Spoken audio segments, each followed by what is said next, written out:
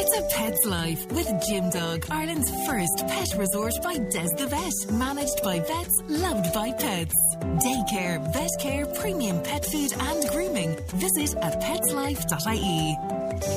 For a Tuesday morning, and a very good morning to you all. Again, if you want to get your questions in or some queries, you can do so. 0833 97 97 97. Text or WhatsApp us now. Very good morning to Des Groom. Joins me in the studio. Des. How are you, John? Great to be here. Today. We were just having a bit of our usual 30 seconds of rugby chat, as we're both rugby nuts. Yeah. That was some win for the Australians last week, wasn't it? Yeah, I'm delighted for them because they played really well in the 3 tests against the Lions, and their own country, their own press were really on their backs a bit. So it's great for them to come out and follow up on that good form, and it'll be good for rugby in Australia, and it'll be good for rugby overall. Yeah, somebody was saying it was like in the late 1980s, the last time that Australia beat South Africa at Ellis Park. So yeah, but they're a good team again, and it goes to show that the Lions are probably weren't too bad, you know. In their just a little bit either. off mic there, Des. It just goes to show that the Lions weren't too bad the week before either, you know. Yeah, it just goes to show you.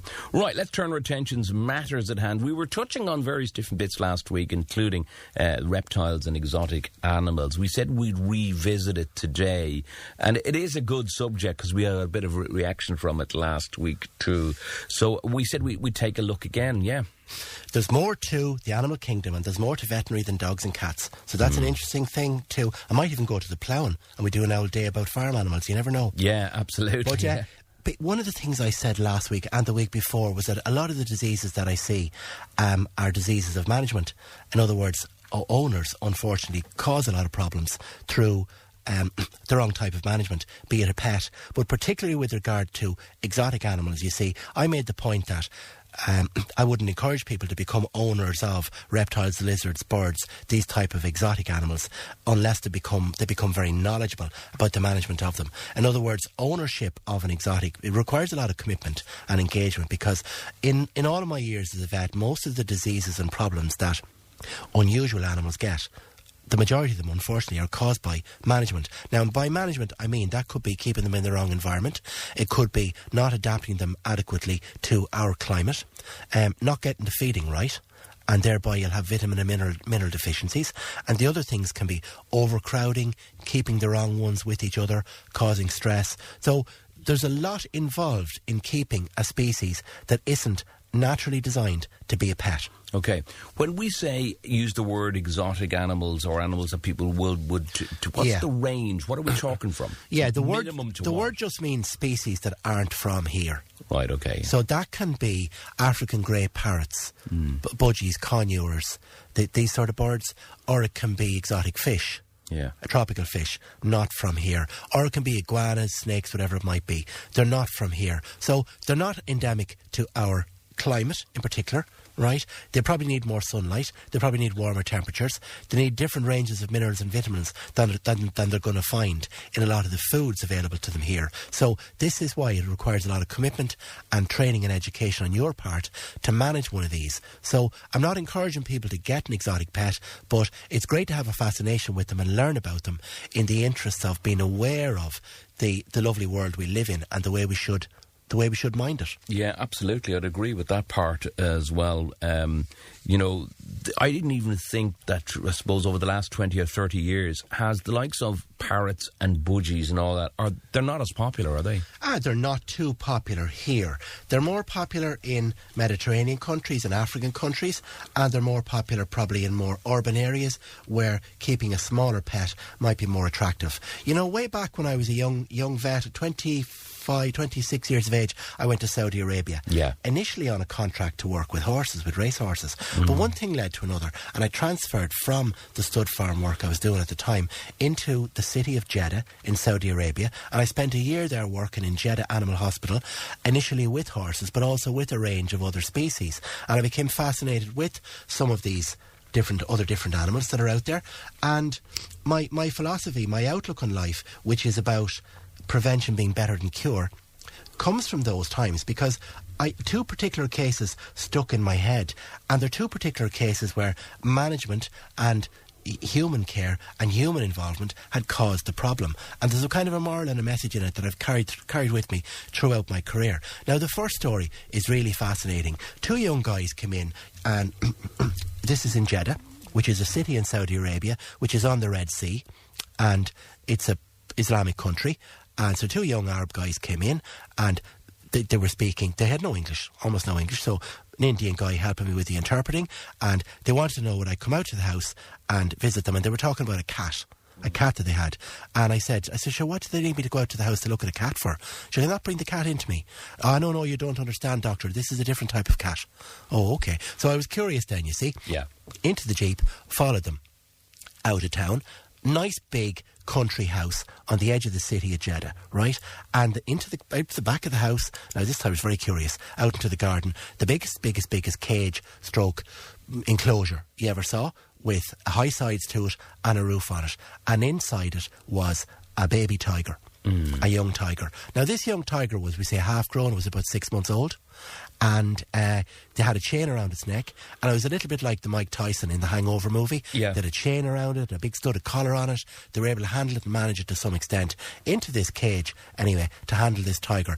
And the background story was, unfortunately, this tiger was trafficked from the hills of Pakistan and bought illegally as a tiny cub. Right. And whoever had trafficked this from the wild as a wild tiger cub, right, had extracted its front teeth so that it couldn't bite. It was won't say harmless, yeah. but as I say, it didn't have its canines, so rendering its bite less harmful, right? Yeah. And had sold it for big enough money to this wealthy Saudi family, and these 2 teenage brothers were keeping it in the garden like a pet dog, right, in a cage.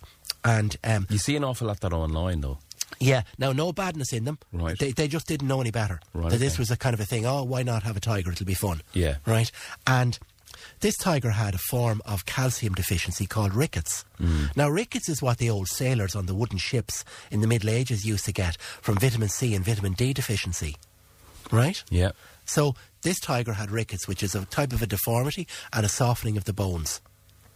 As a result of which, he was having difficulty with his balance, he was having difficulty walking, he was having difficulty with his physical development. Okay. And it was caused by, as I say, lack of knowledge. They were feeding this dog, this tiger, I should say, baby tiger, meat, pure meat. Right. They thought they were doing the right thing. They were going to the butchers and they were buying big chunks of goat and camel, right, and throwing it into this. So that wouldn't be, even if there were meat, yeah, they wouldn't. Their environment wouldn't be used to that type of meat. Yeah, it wasn't balanced. He was getting enough protein, but he wasn't getting enough minerals and vitamins. Right. Okay. And he was developing, as I say, a form of rickets as a result of it. A 6-month-old baby tiger. And I just thought, what a shame. He's totally out of his environment. He'll have no kind of a life. And it was an indicator, really, of how people can do harm. Right. Thinking they're doing the right thing. So how did you solve it? Yeah, vitamin C and vitamin D powder, and I did a lot of research and a lot of advice about the type of diet he actually needed, and persuaded them. I went back out myself and the Indian guy, my helper, in the Jeep a couple of times and looked at the tiger and monitored his progress, and he did come right. Over the course of about 3 months, he grew, he strengthened up. But at the same time, he was still in captivity. He was still in captivity. So it took a few conversations and win their trust and persuade them. But after 3 months, they surrendered it. They handed it in, and they put it in a big trailer and drove it all the way to Riyadh, to the capital city, and donated it to the zoo in Riyadh. Fair dues to them. Yeah, common sense eventually. Yeah. Now, the awful thing is, that could have been only the tip of the iceberg. God knows what that type of what else is going on in terms of that illegal pet trade. But that's ongoing anyway. That's ongoing, which is an awful shame. So that was a typical case of a disease caused by management and lack of information, lack of knowledge. And I have to say, people keeping iguanas and snakes and things like that, for instance, right, very, very easily for similar vitamin deficiencies, particularly vitamin D, with reptiles, snakes, birds, vitamin D deficiency, because they're meant to get much more natural sunlight than we would have here. Right. So not to be advised keeping them as pets. Enjoy them, visit them in the animal parks, forest parks and so on, and zoos. But you're saying a lot of those animals need sunlight, but if you go to any typical zoo across Europe, regardless, they don't have sunlight. I know they have the heat lamps and stuff. They're not getting enough. Now, the whole thing is, there you are, thankfully, dealing with very professional keepers who are meeting their needs nutritionally. And they know what they're doing in terms of nutrition. Yeah. We mentioned birds there. Another interesting thing, at the time, do you know the commonest pet in Saudi Arabia at the time was the African grey parrot. Right. Believe Grey it or not. parrot, yeah. Yeah, the African grey parrot. And they're kind of about, they can be 12 to 18 inches tall. They're blue and grey. They speak. They're very vocal. And they're very social. Right, okay. And they were the commonest pet over there. Couple of things about them, again, a little bit sad. They need plenty of space. Yeah. They need plenty of interaction. They need company. They're very social. And invariably I found them being kept on their own, which was an awful pity. Right, okay. Because they need company. Yeah. Another thing that used to happen was they'd be kept in the kitchen. Where all the cooking takes place. Yeah, no, sure, but that was the norm growing up in That the would have been 70s the norm, and 80s keep it in the as well, kitchen. yeah. And sure, as a result of that, being in the room where all the cooking takes place, and the ventilation in the kitchen, in a lot of our kitchens, sometimes it's not great, they would develop pneumonias and air sac infections and fungal diseases, in particular a type of a fungal infection in their air sacs called aspergillus. And they'd get that from being kept in the kitchens. Right. Yeah. Yeah. Things like this. So these are diseases of management. And as I say, that type of thing kind of informed my approach to veterinary for life, because I realised that prevention would be better than cure in a lot of those cases. Were you ever tempted to go into the exotic animals full time? I know you're from a horse background, so you probably were. That was probably your way of thinking. No, I was always too much of a homebird. I travelled abroad in the early parts of my career, worked in England for 5 years, worked in France for a year, worked in Saudi Arabia for nearly 2 years, saw the world, but I wanted to come home. At that stage, when I did come home, the year 2000, Dad wasn't well, needed me at home, we were just married. There were lots of reasons to come home. Yeah. So I did, and then never got to leave again. Yeah, absolutely.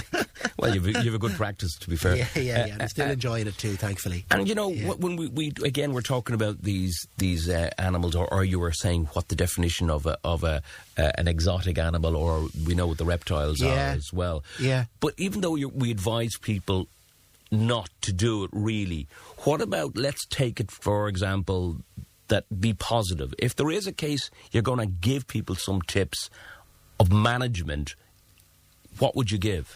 Yeah, so smaller little reptiles like geckos can be manageable, can be easy enough to keep. Gordon geckos? Yeah, Gordon gecko, the Wall Street guy. Yeah. That's the one. Little geckos can be just a couple of inches long. They can be easy enough to keep. And they just need ultraviolet light, ultraviolet lamps, enough heat, a big enough tank called a vivarium, and you'll get advice in the good pet shops about how to feed them. Similarly, terrapins, you can keep them if you're going to be committed enough on the hygiene side. Not necessarily to have for very young children, because they carry salmonella, and frequent hand washing is going to be very, very, very, very important. But terrapins, again the same thing, a vivarium or a tank. They're amphibious, they're water dwelling, they need water and land. They can be manageable, they can be easy enough to keep. Again, tortoises, a bit bigger, they're land dwelling. As we talked about the way they're kept in Kilkenny there in the reptile zoo, they'll eat a lot of grass and hay and live in little paddocks and little pens. Relatively easy to keep. A couple of tortoises, And the interesting thing about tortoises is, if you're committed, a tortoise can live a long time. Do you know that the very big tortoises, for instance, can live 150 years? That's right. Yeah. At the turn of the 20th century, there was a very, very large type of a tortoise. I forget the name of the breed. And it had come from the Galapagos Islands and been brought to the zoo in London. And this particular 100-year-old tortoise had met Charles Darwin. So there was a phenomenal link between an animal on the Galapagos Islands who had actually met the father of evolution. Right. Yeah. That's mad, isn't it? It is mad. Yeah. Okay, so again, there's a quick one here regarding budgies. They are the same. Are they the same family, or presumably are the same family as parrots? Are they? Which? Budgies? No. No, they're not. Budgies and parrots are not the same family. They're not. They're not, as far as I can remember. Budgies would be kind of more related to finches. Yeah. Parrots are related to conures and cockatiels and those kind of ones. They're very social, both of them, budgies and parrots. Budgies are classified as exotic animals, only found out that after many years, says Christina Maynooth. Yeah, they wouldn't really be native to Ireland, No, exactly. And that's what we were saying. The definition of exotic is something that's not native. They're not as exotic as parrots, which are probably more African. I think budgies would be, we say, the lower Mediterranean region, the Canary Islands, those kind of places. Easier to keep. When my kids were smaller, they're 6, 8 and 10, we had a couple of budgies. Yeah. And sadly they met their they met their Waterloo at the hands of a big black tomcat called Ted. Okay. Yeah. Okay, right. Yeah. And he was very clever. We used to put them out to get fresh air and get their sunlight, get their vitamin D, and put them out in their cages in the garden on tables or on stands, and we were supposed to keep an eye on them, you see. And one particular day, when we took our eyes off the two budgies while they were out getting their fresh air and having their bit of fun, the tomcat got them. Right. Ted the tomcat. Yeah. Okay, Ted the tomcat. Well, was he your tomcat? He was our own cat at the time as well. Like a lot of cats, he was a killing machine. Yeah, absolutely, yeah. A fair gist. Right, Yeah. Okay, so that was that. There was another one actually I wanted to ask you about as well. So just okay, go on. You're going to. I've loads of stuff on Instagram. Yeah. That from the last few visits to the zoo, little clips that are fun to listen to. I think. Yeah, Anyway, yeah. I'm going to give you a few fun facts about reptiles. You might as well. Do you know what the longest reptile is? You probably do know. Well, it's a snake or The something. length they can get to. Okay. A reticulated python. Right. Okay. Now, that's yeah. like a Burmese python. Yeah. They can grow to 10 metres. Right. Yeah. And they have been known to kill people. Wow. Yeah. Are they the ones that just kind of just wrap themselves around you? Yeah. Just kind of.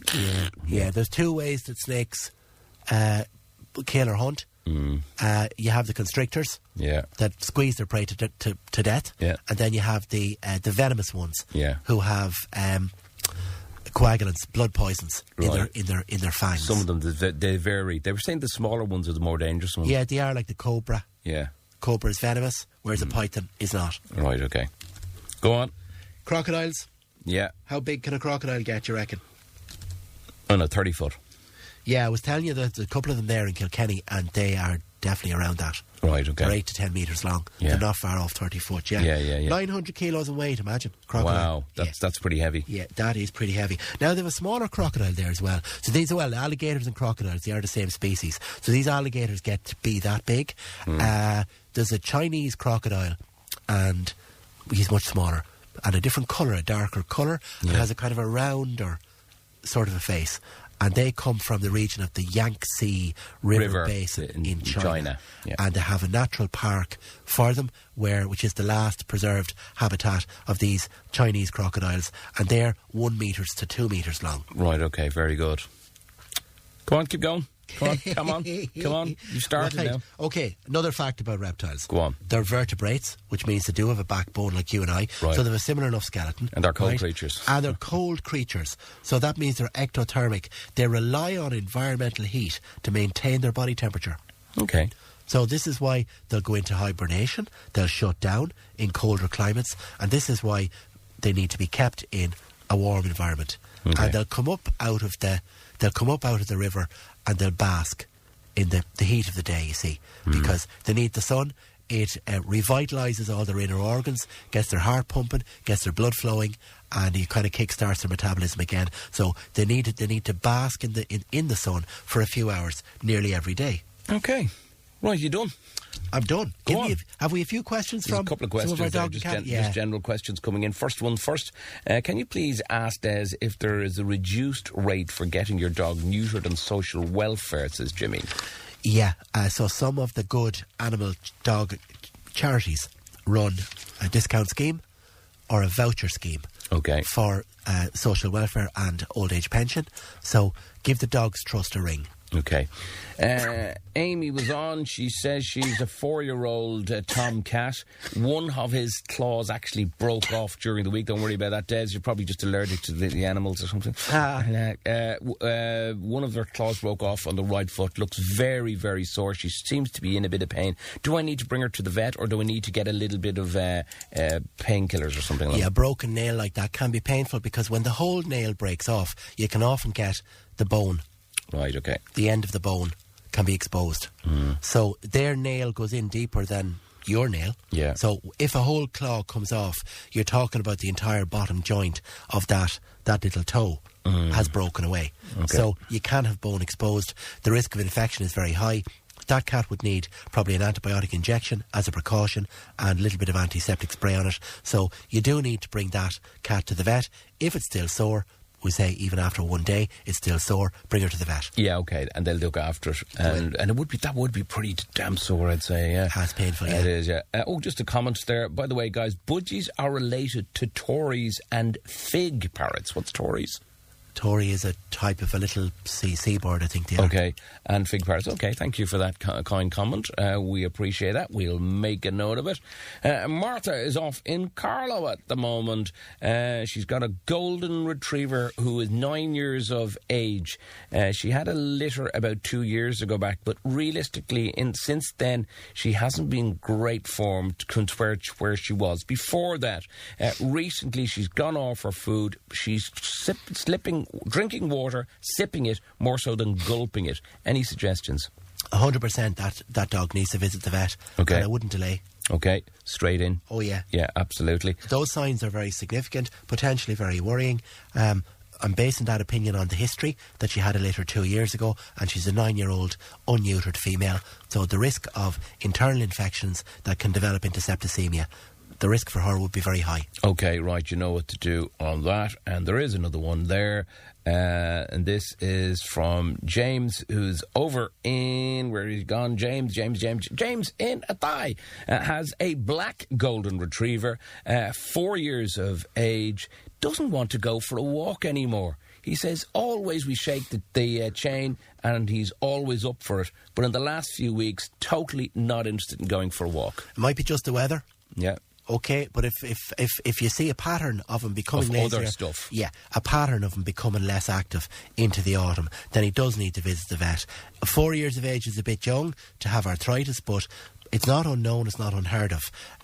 Labradors can get problems in their shoulders and elbows and hips, the big joints, where you won't necessarily see anything wrong, but they're stiff and sore and don't want to exercise. So if the pattern of him appearing to be lazy continues, then he needs to visit the vet. Okay, Alan was on. It says, Des didn't know a croc is heavier than a horse. There you go. It can be, yeah. Well, yeah, the biggest ones would be, yeah. Okay. Is a toy poodle a good family dog? Thinking about getting one. Yeah. Great little family dog. Okay. Easy to keep, low maintenance, very easy to domesticate, very heavy, very clean. They just need to be groomed a few times a year, and you need to feed them the right diet from the word go, because they get a lot of dental disease. Because they have tiny jaws and a tiny little mouth, they are prone to tooth decay. Okay. So they'd be just the two things with little poodles: regular grooming and wash their teeth. Right, perfect way to wrap up. Thanks, Des, for that. Great job. It's a pet's life with Jim Dog, Ireland's first pet resort by Des the Vet. Managed by vets, loved by pets. Daycare, vet care, premium pet food and grooming. Visit at petslife.ie.